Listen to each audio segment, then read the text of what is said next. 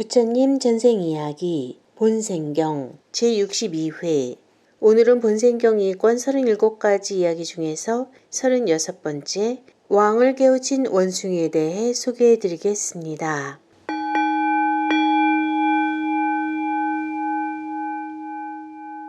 이 전생 이야기는 부처님께서 기원정사에 계실 때 그 일족을 위해 행동하신 것과 관련해서 들려주신 것이다.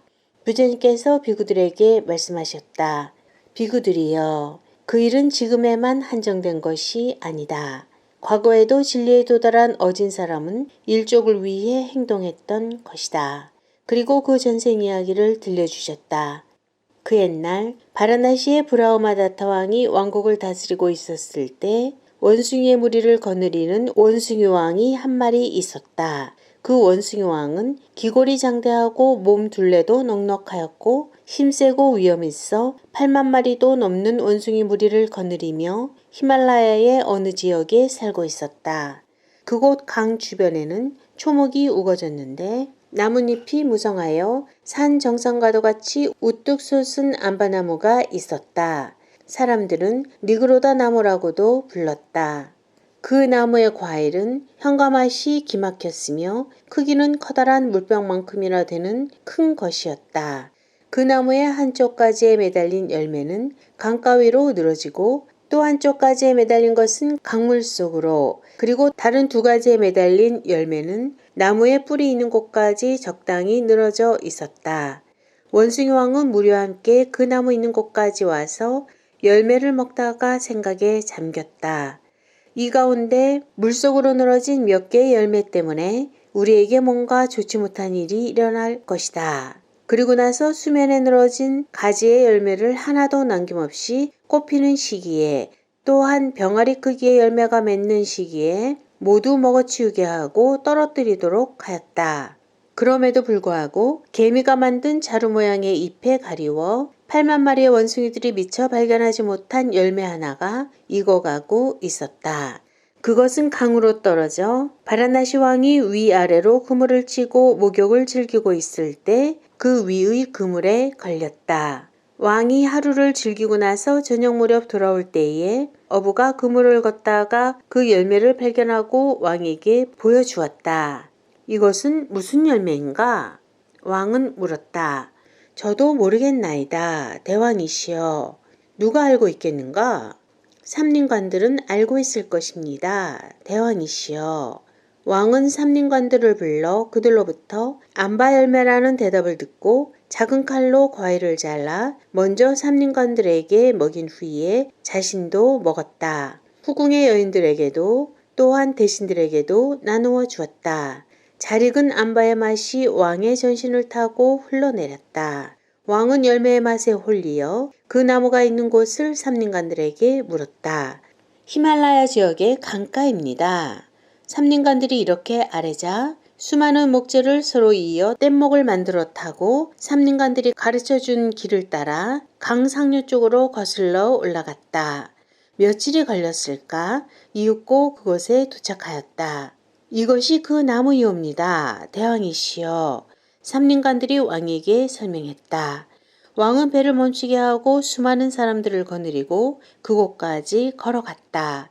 그리고 나무 아래에 침상을 준비하도록 하고 잘 익은 암바 열매를 먹으며 온갖 으뜸가는 맛을 즐기며 누워 있었다. 또한 사방에 파수꾼을 세우고 불을 지폈다. 원숭이 왕은 사람들이 잠들자 한밤중에 원숭이 무리들과 함께 돌아왔다. 8만 마리의 원숭이들은 가지에서 가지로 건너다니면서 암바 열매를 먹었다. 때마침 왕이 잠 깨어 원숭이 떼를 발견하고 사람들을 일으켜서 궁사들을 불러왔다. 그리고 궁사에게 명하였다. 이 과일을 먹고 있는 원숭이들이 도망가지 못하도록 놈들을 포위하여 사살하라. 내일은 암바 열매에다가 원숭이 고기까지 먹기로 하자. 궁사들은 왕의 명을 받고 나무를 에워싸고 활을 겨누며 섰다. 그 궁사들을 보자 원숭이들은 공포에 질려 부들부들 떨었다. 그들은 원숭이 왕에게로 다가가 겁에 질려 물었다. 대장, 궁사들이 도망가는 우리를 죽이려고 나무를 에워싸고 있습니다. 어떻게 해야 할까요? 두려워 마라. 내가 너희들의 목숨을 구해주리라. 원숭이 왕은 이렇게 말하며 무리들을 안심시킨 후 곧바로 늘어져 있는 가지에 올라 강을 연해 늘어져 있는 가지로 옮겨가서 그 끝에서 날아올라 강가 어느 숲 정상에 도착했다. 그리고 그곳에서 내려와 자신이 건너온 거리를 설정하였다. 원숭이 왕은 그 등나무를 잡고 한편 끝을 강변에 서 있는 나무에 묶고 또 한편을 자기의 허리에 묶은 뒤에 두 손으로 암바가지를 꼭 움켜잡았다. 그리고 나서 원숭이 무리들에게 신호를 보냈다. 어서 내 등을 밟고 등나무를 타고 안전하게 도망가라. 8만 마리의 원숭이들은 원숭이 왕에게 경배하고 나서 일러준 대로 건너갔다. 그때 데바다타도 원숭이였는데 그 원숭이 무리 속에 있었다. 지금이 원수의 허를 찌를 수 있는 좋은 기회다. 높은 가지에 올라 힘껏 원숭이 왕의 등에 뛰어내렸다. 원숭이 왕은 심장이 찢어져 말할 수 없는 고통이 닥쳤다. 데바다타인 원숭이는 미칠 것만 같은 고통을 지고 떠나갔다. 원숭이 왕만이 홀로 남겨졌다. 왕은 잠시도 졸지 않고 원숭이들과 원숭이 왕이 펼친 광경을 처음부터 끝까지 모두 보고 나서 깊이 생각에 잠겼다. 이자는 축생인데도 자기의 목숨을 돌아보지 않고 오직 동료들을 안전한 곳으로 보내었다. 그 왕은 원숭이 왕의 행동에 깊은 감명을 받아서 이 원숭이 왕을 죽여서는 안 될 것이다. 적당한 방법을 써서 데려와 보살펴야겠다 하고 생각하여 동이 터올 무렵 강가 하류에 기둥을 세워 거기에 장대를 묶어서 원숭이 왕을 천천히 끌어내린 후 등에 노란 빛이 나는 옷인 가사를 둘러주었다. 그리고 강물에 목욕을 시키고 사탕수수를 먹인 후 깨끗해진 몸에 천금의 값이 나가는 기름을 바르고 침상 위에 향유를 바른 가죽을 펼치고 거기에 그를 눕혔다. 그리고 자신은 그 아래 자리에 앉아서 첫 번째 개송을 노래하였다. 자기를 다리로 삼아서 안전하게 건네다니 대체 그대는 저들에게 있어 어떤 존재입니까?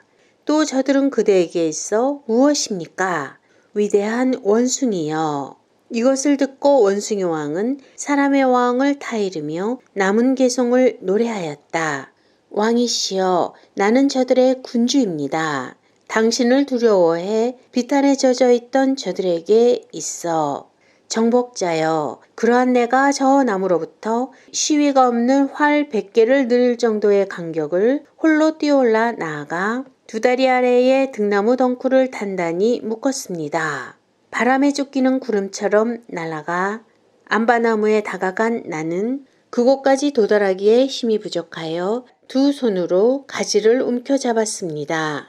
가지와 덩굴로 몸을 길게 늘어뜨린 나를 발로 밟고 안전하게 원숭이들은 건너갔습니다. 덩굴에 묶였다는 것이 나를 괴롭히지는 않았습니다. 죽는다는 사실도 나를 고통스럽게 하지 않았습니다. 나를 따르던 이들에게 행복이 찾아오기 때문입니다. 이것은 왕이시여, 당신을 위해서란 비유담입니다. 왕은 왕국에, 수레에, 군대에 그리고 그 모든 것에 행복이 찾아오도록 희고하지 않으면 안 됩니다. 모든 것을 잘 이해하고 있는 왕족의 사람이라면. 이리하여 원숭이 왕은 왕을 한편으로는 타이르고 한편으로는 설류하면서 최후를 맞이했다. 왕은 대신들을 모아 명하였다. 이 원숭이 왕에게 국왕들과 똑같은 장례식을 치러주도록 하라. 그리고 이어서 후궁의 시녀들에게도 명했다. 그대들은 붉은 옷을 몸에 두르고 머리를 흐트린 채 횃불을 들고 원숭이 왕을 감싸서 화장터로 가라. 대신들은 수레 100대 분량의 장작더미를 산처럼 쌓아 올렸다. 그들은 국왕들의 장례의식으로 원숭이 왕의 장례를 거행하고 두개골을 모아 왕의 처소로 나아갔다.